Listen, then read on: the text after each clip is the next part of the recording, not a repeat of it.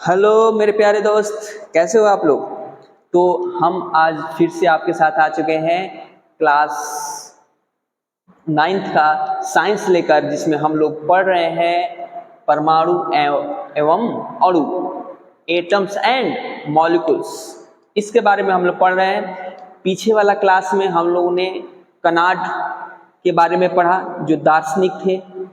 हम लोगों ने लवाजी और जोसेफ प्राउस्ट का रासायनिक संयोजन का नियम पढ़ा। रासायनिक संयोजन में द्रव्यमान संरक्षण का नियम पढ़ा।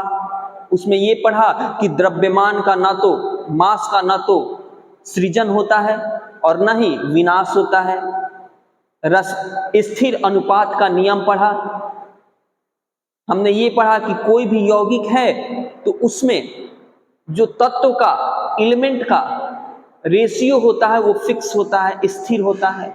हम लोग ये कल पढ़ चुके हैं।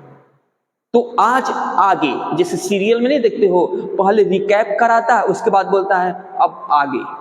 तो अब आगे, तो आज हम लोग पढ़ने जा रहे हैं डाल्टन का परमाणु सिद्धांत। डाल्टन का परमाणु सिद्धांत।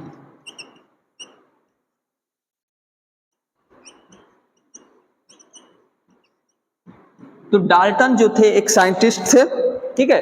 डाल्टन क्या थे? एक साइंटिस्ट थे। उन्होंने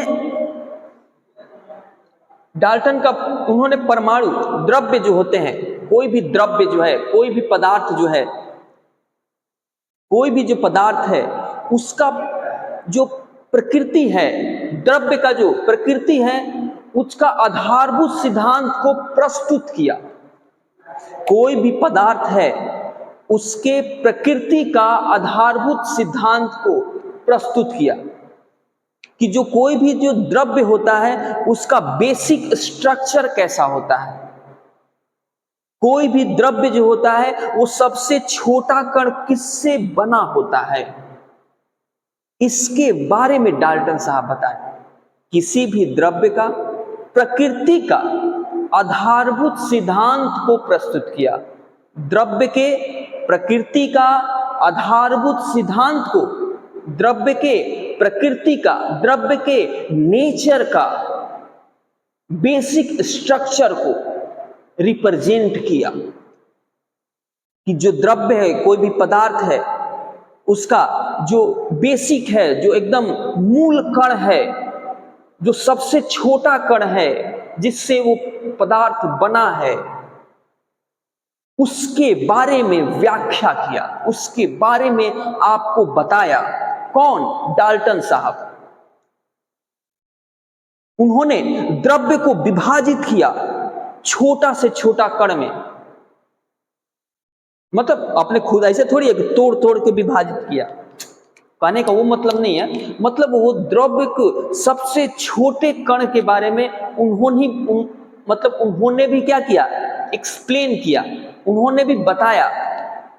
और उसको क्या बताया? उसका नाम उन्होंने भी परमाणु दिया, एटम दिया। द्रव्य के सूक्ष्मतम कण के बारे में भी डाल्टन साहब क्या किए? उसके सिद्धांत को बताए, उसके बारे में अच्छे से व्याख्या किए। द्रव्य के सबसे सूक्ष्मतम कण के बारे में क्या किया उन्होंने? एक्सप्लेनेशन दिया, उसको व्याख्या किया अच्छे से।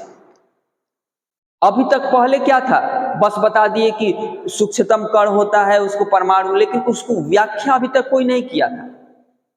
द्रव्य के सूक्ष्मतम कण को व्याख्या कोई नहीं किया था। ये डाल्टन साहब फर्स्ट साइंटिस्ट थे जिन्होंने व्याख्या किया, और उस सिद्धांत को डाल्टन का परमाणु सिद्धांत बोला गया। और ये जो डाल्टन का परमाणु सिद्धांत था वो किस पे आधारित था? रासायनिक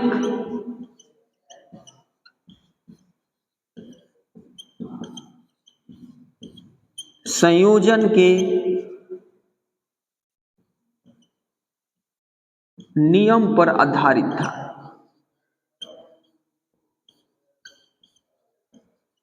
समझे? रासायनिक संयोजन के नियम पे आधारित था। रासायनिक संयोजन का नियम कौन दिया था? तो जोसेफ एल प्राउस्टे कल के क्लास में पढ़े थे, द्रव्यमान संरक्षण का नियम, स्थिर अनुपात का नियम, इसी रासायनिक संयोजन के नियम को अध्ययन करके, उसको समझ के, उसके मतलब उसको उससे पढ़ के उसका कंक्लूजन निकाल के डाल्टन ने परमाणु सिद्धांत दिया। डाल्टन ने द्रव्य के सबसे सूक्ष्मतम कण के बारे में एक्सप्लेन किया, बताया आपको। उसको बताने में किसका हेल्प लिया? रासायनिक संयोजन के नियम को। जो डाल्टन साहब थे, ये जो डाल्टन साहब हैं, उन्होंने द्रव्यमान संरक्षण के नियम, द्रव्यमान संरक्षण का नियम और स्थिर अनुपात के नियम को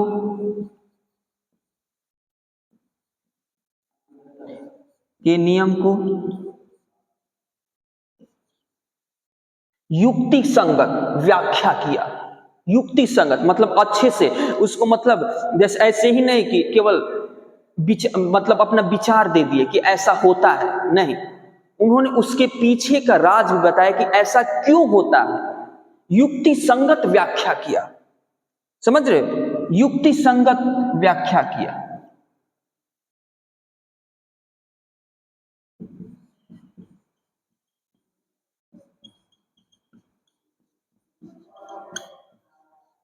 ऐसा नहीं कि बस सिंपल बस बता दिए कि ऐसा होता है, नहीं, ऐसा क्यों होता है उसके बारे में अच्छे से एक्सप्लेन किया। कौन? डाल्टन साहब। इसके हेल्प से, रासायनिक संयोजन के नियम के हेल्प से उसने परमाणु का सिद्धांत दिया।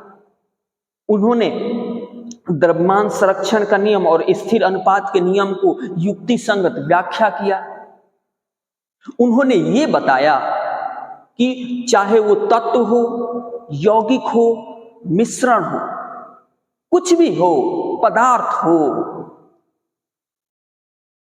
सारे सूक्ष्मतम कण से, सूक्ष्म कण से बने होते हैं। वो चाहे कुछ भी हो, सूक्ष्म कण से बने होते हैं, जिनको हम परमाणु कहते हैं। जिनको क्या कहते हैं? परमाणु कहते हैं हम।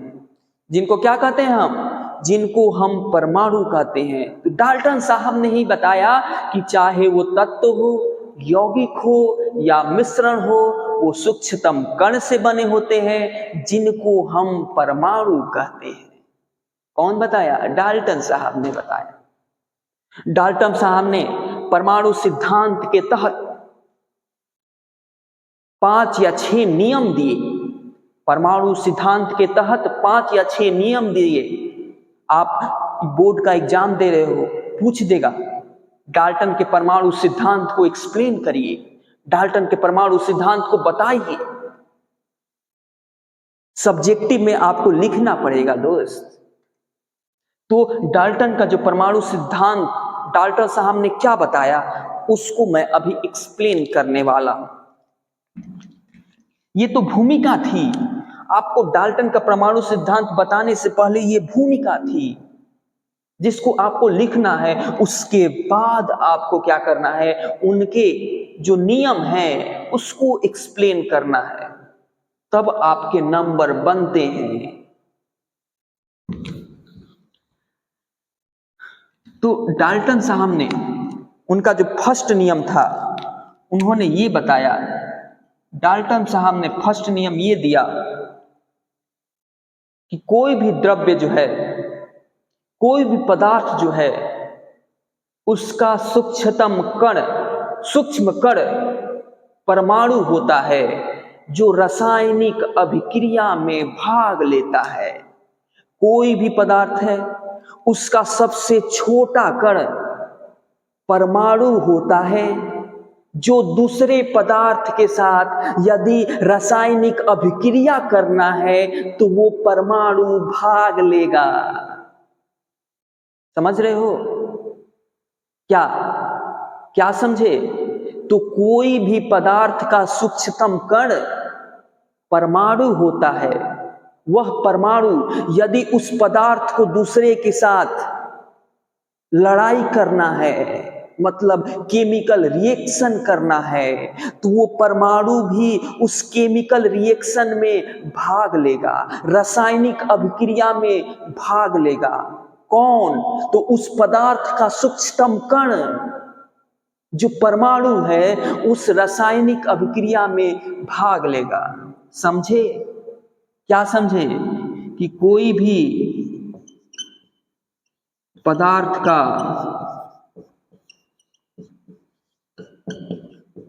सूक्ष्म कण क्या होता है? परमाणु होता है, जो रासायनिक अभिक्रिया में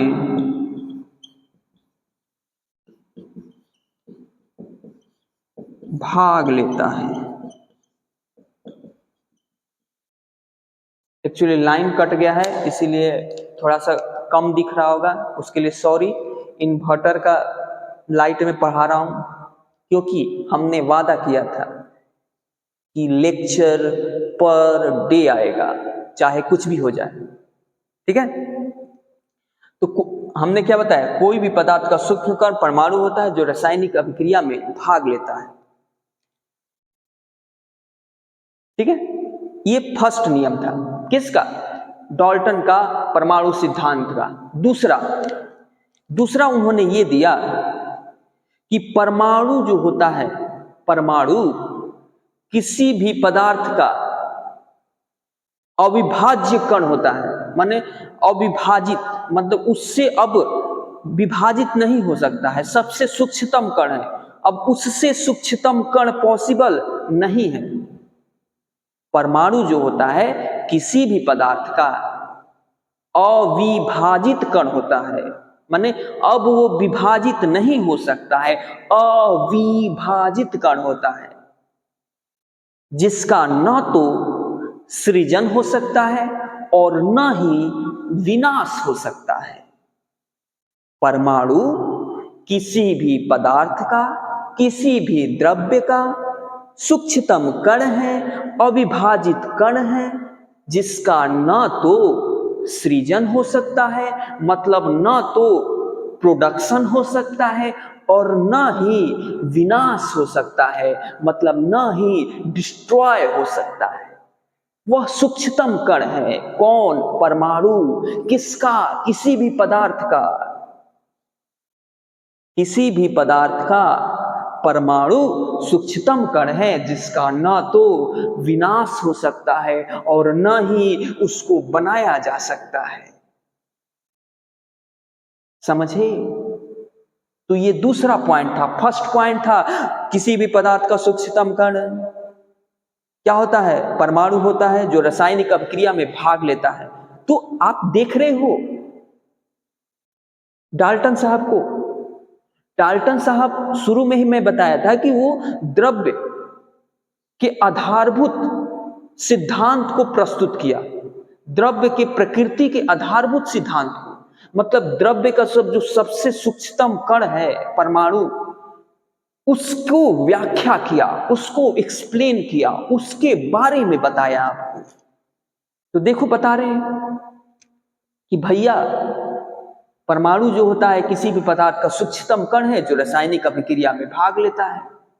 परमाणु जो है किसी पदार्थ का सूक्ष्मतम कण है जिसका न तो सृजन होता है, मतलब ना प्रोडक्शन होता है, और ना ही डिस्ट्रॉय होता है, और ना मतलब ना ही विनाश होता है। चलिए वीडियो बन रहा है, आगे देखते हैं। तीसरा क्या बताया? सेकंड लिखा नहीं हूं, 4 बार बोल चुका हूं, आप लिख लेना। थर्ड क्या है? थर्ड ये बताया कि कोई भी तत्व है उसके जितने परमाणु हैं, माने एक तत्व है वो लाखों करोड़ों परमाणु से मिलके बने होंगे, छोटे छोटे कण से मिलके बने होंगे। सारे वो जो छोटे छोटे कण हैं, सूक्ष्मतम कण हैं, जिनको आप परमाणु कहते हो, तत्व के वह सूक्ष्मतम कण जिसको आप परमाणु कह रहे हो, वो सारे परमाणु का द्रव्यमान, वो सारे परमाणु का मास सेम होता है, एक तत्व होना चाहिए। जैसे मान लीजिए कैल्शियम है, क्या है? कैल्शियम। तो कैल्शियम में जितने परमाणु होंगे, कैल्शियम जितने परमाणु से मिलके बना हुआ है, सारे परमाणु का द्रव्यमान सेम होगा, सारे परमाणु का प्रॉपर्टी, गुण धर्म सेम होगा। किसी भी एक तत्व को आप ले रहे हो तो उस तत्व में प्रेजेंट सारे परमाणु, उस तत्व में प्रेजेंट सारे परमाणु, सारे एटम्स का द्रव्यमान सेम होगा, और जो गुण धर्म है, जो उसका प्रॉपर्टीज है सारे परमाणु का, एक एक परमाणु का, वो सेम होगा, वो अलग अलग नहीं होगा।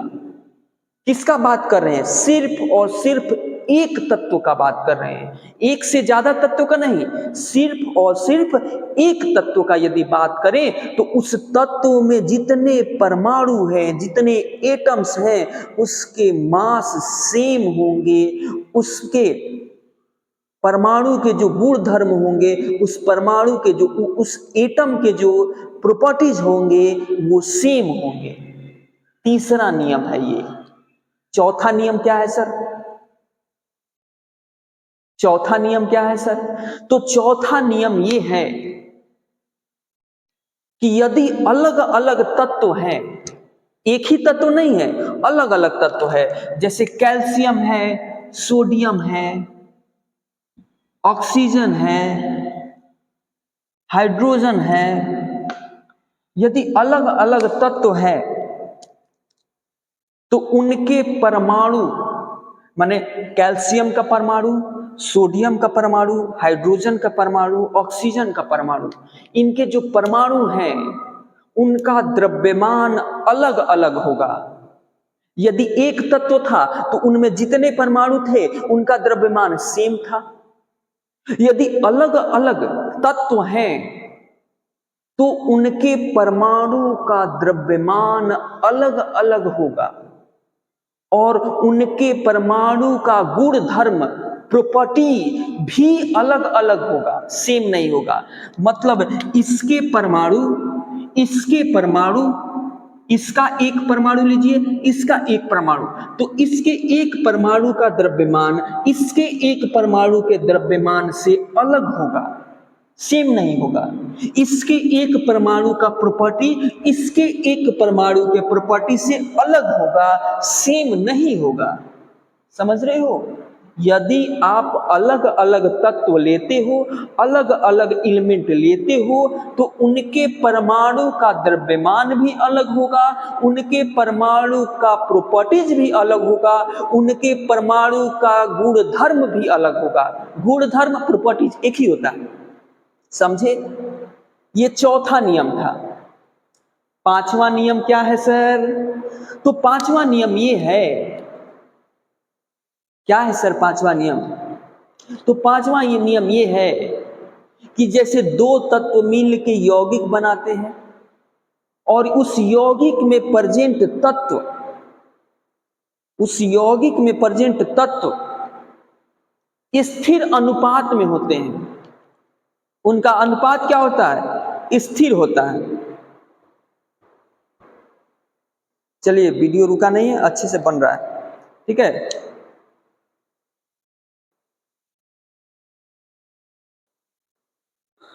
ठीक है, जैसे H2O, तो H2O में हाइड्रोजन और ऑक्सीजन का जो एलिमेंट है उनका अनुपात क्या होगा? स्थिर होगा। चाहे वो यहां से देखो, पटना का देखो, दिल्ली का देखो, कहीं का देखो। उसी तरह से डाल्टन साहब ये बताए, डाल्टन साहब क्या बताए कि जो यौगिक है जो यौगिक है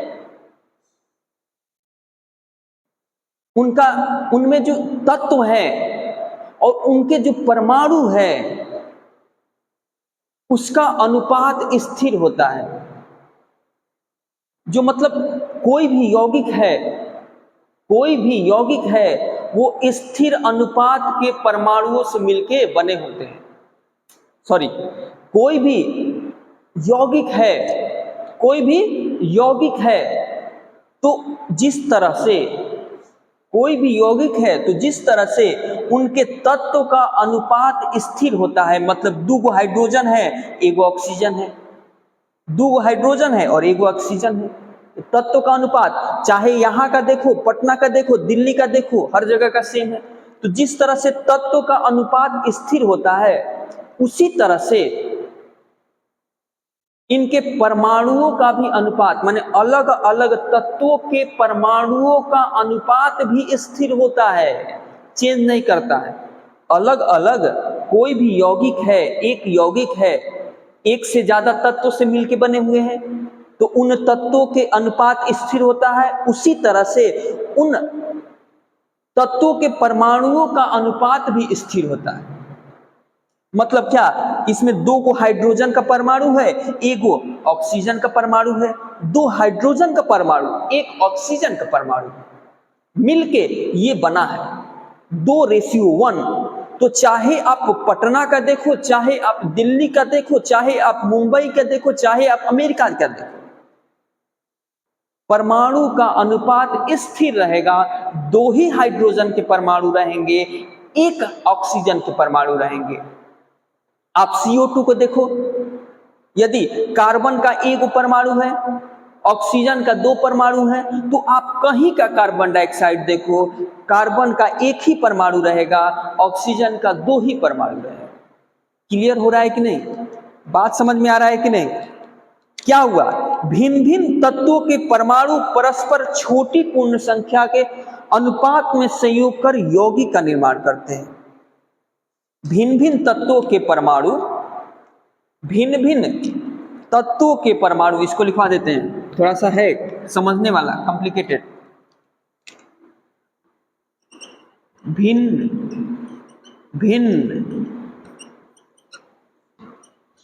तत्वों के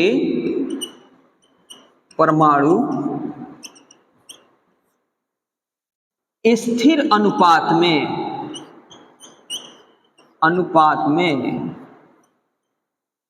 संयोग कर, मिलकर, संयोग मतलब क्या होता है, मिलकर यौगिक का निर्माण करते हैं। यौगिक का निर्माण करते हैं। भिन्न भिन्न तत्व मतलब H2O है, H2O, H अलग तत्व है, ऑक्सीजन अलग तत्व है। तो भिन्न भिन्न तत्व के परमाणु मतलब दो हाइड्रोजन के परमाणु, एक ऑक्सीजन के परमाणु स्थिर अनुपात में संयोग कर यौगिक का निर्माण करते हैं। मतलब इस यौगिक में हाइड्रोजन के 2 परमाणु है, ऑक्सीजन का 1 परमाणु है। ये स्थिर अनुपात में, मतलब जहां भी वाटर होगा वहां पे हाइड्रोजन के 2 ही परमाणु होंगे, ऑक्सीजन के 1 ही परमाणु होंगे, जो संयोग कर वाटर बनाए हैं, H2O बनाए हैं। मतलब भिन्न भिन्न तत्वों के परमाणु स्थिर अनुपात में संयोग कर यौगिक का निर्माण करते हैं। ये देखो, ये जो परमाणु सिद्धांत दिए डाल्टन साहब, किस पे बेस्ड था? ये जो परमाणु सिद्धांत दिए डाल्टन साहब, वो किस पे बेस्ड है? तो जोसेफ एल प्राउस्ट के स्थिर अनुपात के नियम पे आधारित है कि नहीं? पहले याद करो, और एक चीज बताए थे कि कोई भी पदार्थ का सूक्ष्मतम कण परमाणु होता है जिसका न तो सृजन होता है न विनाश होता है। वो किस पे आधारित था? द्रव्यमान संरक्षण के नियम पे आधारित था, और ये स्थिर अनुपात के नियम पे आधारित है। तो दिख रहा है यहां पे कि जो डाल्टन का परमाणु सिद्धांत है वो किस पे आधारित है, मतलब वो द्रव्य के जो परमाणु है उसको एक्सप्लेन किया, किसको अध्ययन करके, तो रासायनिक संयोजन के नियम, द्रव्यमान संरक्षण के नियम, स्थिर अनुपात के नियम, उसी पे आधारित है इनका थ्योरी। समझ में आया आपको? और एक उन्होंने दिया कि किसी भी यौगिक में परमाणुओं का रिलेटिव नंबर एक प्रकार निश्चित होता है।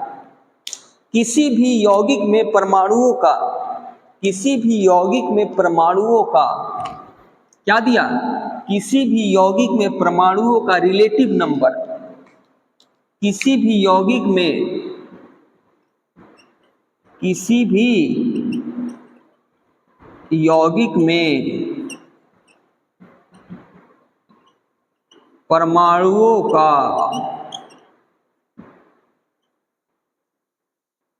रिलेटिव नंबर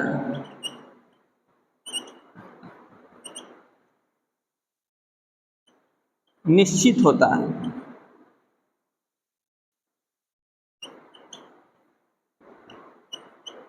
क्या होता है? किसी भी यौगिक परमाणुओं का रिलेटिव नंबर, वही चीज है, क्या होता है? फिक्स होता है। समझे? क्या होता है? एक प्रकार से निश्चित होता है। उन्होंने ये कौन सा लॉ दिया? उन्होंने ये छठा दिया। टोटल 6 लॉ दिया था। परमाणु के बारे में 6 चीज बताए, 6 वो नियम दिए। परमाणु के बारे में 6 वो नियम दे के उन्होंने परमाणु को क्या किया? व्याख्या किया। कौन? डाल्टन साहब। 6 बता दिए, याद रहेगा। एक बताया कि सूक्ष्मतम कण है, रासायनिक अपक्रिया में भाग लेता है। परमाणु सूक्ष्मतम कण है जिसका न तो सृजन किया जा सकता है न विनाश होता है। तीसरा, परमाणु का सूक्ष्मतम कण किसी भी तत्व के जितने भी परमाणु हैं उनका द्रव्यमान सेम होता है, प्रॉपर्टी सेम होता है। यदि अलग अलग तत्व हैं तो उनके परमाणु का द्रव्यमान अलग होता है और प्रॉपर्टीज अलग होता है। और क्या था? कोई भी यौगिक मतलब भिन्न भिन्न तत्व के परमाणु, भिन्न भिन्न तत्व के परमाणु स्थिर अनुपात में संयोग करके यौगिक का निर्माण करते हैं। भिन्न भिन्न तत्व के परमाणु, वहां पे क्या दिया गया था कि किसी भी यौगिक में जो तत्व का अनुपात होता है वो स्थिर होता है। उसी पे आधारित है कि भिन्न भिन्न तत्वों के परमाणु स्थिर अनुपात में संयोग करके यौगिक का निर्माण करते हैं। चलिए, इस पे आधारित कुछ क्वेश्चन दिया हुआ है, उसको सॉल्व करते हैं। क्वेश्चन ये दिया है, क्वेश्चन देखते हैं, पढ़ते हैं क्वेश्चन कि सोडियम कार्बोनेट है, सोडियम कार्बोनेट Na2CO3 कितना ग्राम है? सोडियम कार्बोनेट है 5.3 ग्राम। सोडियम कार्बोनेट क्या है? 5.3 ग्राम। रिएक्शन कर रहा है एसिटिक अम्ल CH3COOH, कितना ग्राम है? 6 ग्राम। 6 ग्राम। तो क्या बना रहा है? बना रहा है 8.2 gram sodium acetate. 8.2 gram sodium acetate, sodium acetate CH3COONA, मतलब H हटा और नाइट्रोजन आके लग गया। और क्या बना रहा है? CO2। और क्या बना रहा है? सोडियम एसीटेट, कार्बन डाइऑक्साइड और जल H2O। H2O कितना कितना अमाउंट में है? देखिए, क्वेश्चन दिया हुआ बुक में बुआ 8.2 ग्राम, 8.2 ग्राम, ये कितना है? 2.2 ग्राम, और ये कितना है? 0.9 ग्राम। अब कह रहा है कि आप ये बताइए, आप इसको प्रूफ करिए कि द्रव्यमान संरक्षण का नियम सही है। द्रव्यमान संरक्षण का नियम क्या था कि रिएक्शन से पहले और रिएक्शन के बाद मास का चेंज नहीं होता है, मास फिक्स रहता है। मतलब रिएक्शन से पहले जितना मास आप लिए हो, रिएक्शन के बाद भी उतना ही मास रहेगा। मतलब दो या दो से अधिक पदार्थ लिए हो और जितना जितना मास लिए हो और उनका रिएक्शन कराए हो, उनका मास का सम और रिएक्शन के बाद जो नया प्रोडक्ट बना उसका मास सेम होगा। मतलब सर, मतलब ये कि रिएक्शन से पहले Na2CO3 5.3 ग्राम लिए और CH3COOH 6 ग्राम लिए, तो टोटल कितना मास लिए रिएक्शन से पहले? कितना लिए? 3, 11.3 ग्राम। रिएक्शन से पहले लिए आप 11.3 ग्राम रिएक्शन से पहले। रिएक्शन के बाद ये बना 8.2 ग्राम क्या सोडियम एसीटेट, 2.2 ग्राम CO2, 0.9 ग्राम ये वाटर, जोड़िए तो कितना हुआ? 8.2 ग्राम, 2.2 ग्राम और 0.9 ग्राम, कितना होगा? 8 2 10, 10.4, 9 4 13, 11.3 ग्राम। देखिए, रिएक्शन से पहले भी 11.3 ग्राम था, रिएक्शन के बाद भी, रिएक्शन से पहले भी टोटल मास 11.3 ग्राम, रिएक्शन के बाद भी टोटल मास 11.3 ग्राम। तो मास कंजर्वेशन का लॉ यहां पे प्रूफ हुआ कि नहीं? तो यही तो क्वेश्चन पूछ रहा है कि आप यहां पे आप एक्सप्लेन कीजिए कि कैसे द्रव्यमान संरक्षण का नियम प्रूफ हो रहा है। तो क्या हुआ? मास क्या है? सेम है। चलिए, वीडियो साथ दे रहा है, अभी तक बन रहा है, वाह, आज तो हम धन्य हो गए, धन्य धन्य हो गए। नेक्स्ट क्वेश्चन देखते हैं। नेक्स्ट क्वेश्चन ये है, तो मेरे दोस्त, तो वीडियो हमारा रुक गया था, तो फर्स्ट क्वेश्चन हम लोग ने हम लोग सॉल्व कर दिए थे फर्स्ट क्वेश्चन। सेकंड क्वेश्चन ये है, सेकंड क्वेश्चन ये है आपका कि H2 और O2, H2 और O2 मिलके H2O बना रहा है, H2 और O2 मिलके H2O बना रहा है, और ये दोनों किस अनुपात में मिले हैं? 1:8 में। 1:8 में H2 और O2 मिलके H2O कंप्लीट H2O बना रहा है, पूर्ण H2O बना रहा है, जिसमें 3 ग्राम H2 है। तो ये बताइए कि कितना ग्राम ऑक्सीजन होना चाहिए? कितना ग्राम ऑक्सीजन होना चाहिए? तो H2 1 है तो ऑक्सीजन 8 है, मतलब 1 से 8 गुना है। ये 1 है तो ये 8 है, 2 होगा तो 16, 3 होगा तो 24, मतलब ये जितना होगा उससे 8 गुना होगा। तब ये दोनों रिएक्शन करके ये कंप्लीट H2O देगा, कंप्लीट H2O देगा, कंप्लीट पूर्ण H2O। अब उसमें कुछ नहीं बचेगा, कंप्लीट H2O, जिसमें H2 1 रेशियो में होना चाहिए, ऑक्सीजन 8 रेशियो में होना चाहिए। तो कह रहा है कि ये 1 है तो ये 8 है, उसी तरह ये 3 होगा तो ये कितना होगा? तो 3 ये है तो 3 × 8, 24 ग्राम। नहीं पढ़े हो? 1 में 8 है तो 3 में 3 × 8, ये जितना है उसके 8 गुना ऑक्सीजन होना चाहिए, जितना हाइड्रोजन है उसके 8 गुना। यदि ये 2 है तो ये 24 ग्राम होना चाहिए, ये 2 ग्राम तो ये 24 ग्राम, तो ये 3 ग्राम, सॉरी 2 ग्राम, ये 2 ग्राम तो ये 16 ग्राम होना चाहिए, तो 3 ग्राम है तो 24 ग्राम होना चाहिए। अब एक चीज देखिए, यहीं पे मैं आपको द्रव्यमान संरक्षण का नियम भी प्रूफ करके दिखा रहा हूं। ये 3 ग्राम है, ये 24 ग्राम है, तो इधर कितना H2O बनेगा? तो क्या बताए थे द्रव्यमान संरक्षण के नियम में? तो जो अभिक्रिया हो रहा है, केमिकल रिएक्शन हो रहा है, उसके इस तरफ जितना टोटल मास आपने लिया है, रिएक्शन कराने के लिए जितना टोटल मास लिया है, रिएक्शन होने के बाद भी उतना ही टोटल मास रहेगा, चेंज नहीं करेगा। मतलब ये 3 ग्राम लिए, ये 24 ग्राम लिए, तो 3 + 24 टोटल 27 ग्राम लिए, तो इधर भी 27 ग्राम ही बनेगा H2O।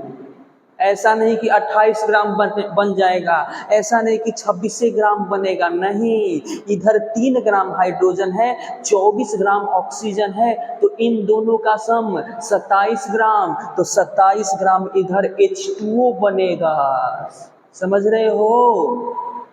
तो ये दूसरा क्वेश्चन था कि 3 ग्राम हाइड्रोजन के लिए कितना ग्राम ऑक्सीजन होना चाहिए? कंप्लीट H2O बनाने के लिए 1:8 में है तो 3, तो ये 24। ठीक है, नेक्स्ट क्वेश्चन ये है, नेक्स्ट क्वेश्चन ये था एनसीईआरटी बुक खोलिएगा तो आपको फर्स्ट जो जैसे टॉपिक देने के बाद क्वेश्चन देता है 4 गो, तो उसी का नेक्स्ट क्वेश्चन ये था कि डाल्टन के परमाणु सिद्धांत का कौन सा नियम द्रव्यमान संरक्षण के नियम को एक्सप्लेन करता है। तो नियम नंबर 2 याद करिए, हमने क्या बताया था कि जो परमाणु होता है किसी भी तत्व का सूक्ष्मतम जो परमाणु होता है किसी भी द्रव्य का, मटेरियल का सूक्ष्मतम कण होता है, ठीक है, जिसको ना तो सृजित किया जा सकता है और ना ही विनाश किया जा सकता है, जिसका ना तो प्रोडक्शन किया जा सकता है और ना ही डिस्ट्रॉय किया जा सकता है। परमाणु किसी भी द्रव्य का सूक्ष्मतम कण है, अविभाजित कण है, जिसका ना तो सृजन किया जा सकता है मतलब प्रोडक्शन किया जा सकता है और ना ही विनाश किया जा सकता है, डिस्ट्रॉय किया जा सकता है। द्रव्यमान संरक्षण का नियम याद करिए, सेम यही है कि ना तो मास का, जैसे रिएक्शन हो रहा है और कोई भी प्रोडक्ट बना, तो ना ही मास का सृजन होता है और न ही मास का विनाश होता है। किसी भी केमिकल रिएक्शन में न ही मास का प्रोडक्शन होता है और न ही मास का डिस्ट्रॉय होता है। देखो दोनों सेम, वहाँ पे मास यहाँ पे परमाणु, वहाँ पे मास और यहाँ पे परमाणु। जो मास के बारे में द्रव्यमान संरक्षण नियम था, वहाँ पे डाल्टन साहब ने बस परमाणु लगा दिया है। दोनों सेम है कि नहीं? तो द्रव्यमान संरक्षण का नियम डाल्टन का कौन सा नियम बताता है? तो डाल्टन का दूसरा नियम, समझ गए। तीसरा क्वेश्चन था कि डाल्टन का कौन सा नियम स्थिर अनुपात के नियम को बताता है। तो नियम नंबर 5वां याद करिए, भिन्न भिन्न माने अलग अलग तत्वों के परमाणु, अलग अलग तत्वों के परमाणु निश्चित अनुपात में सहयोग करके यौगिक बनाते हैं। निश्चित अनुपात में, फिक्स्ड रेशियो में रिएक्शन करके कंपाउंड बनाते हैं। डिफरेंट डिफरेंट एलिमेंट्स के एटम्स फिक्स रेशियो में रिएक्शन करके कंपाउंड बनाते हैं। ये कौन दिया? डाल्टन के परमाणु सिद्धांत। और स्थिर अनुपात का नियम याद करिए, किसी भी यौगिक में जो तत्व का, किसी भी कंपाउंड में जो एलिमेंट का रेशियो होता है वो स्थिर होता है। किसी भी कंपाउंड में जो एलिमेंट का द्रव्यमान का रेशियो होता है स्थिर होता है। देखो दोनों मिल रहा है, उसमें तत्व का रेशियो, इसमें परमाणु का रेशियो सेम होता है। उन्होंने जो जोसेफ एल प्राउस्ट थे, उन्होंने तत्व के रेशियो के बारे में बताया, डाल्टन साहब परमाणु के रेशियो के बारे में बताया। देख रहे हो, सेम स्थिर अनुपात के नियम। तो यही 4 क्वेश्चन था। यदि आपको समझ में आया, वीडियो अच्छा लगा तो लाइक जरूर करिएगा, सब्सक्राइब जरूर करिएगा और शेयर जरूर करिएगा। और यदि कोई दिक्कत है तो कमेंट में जरूर पूछिएगा, ये आपका अधिकार है क्वेश्चन पूछने का और मेरा कर्तव्य है उसका आंसर देने का। जय हिंद, जय भारत।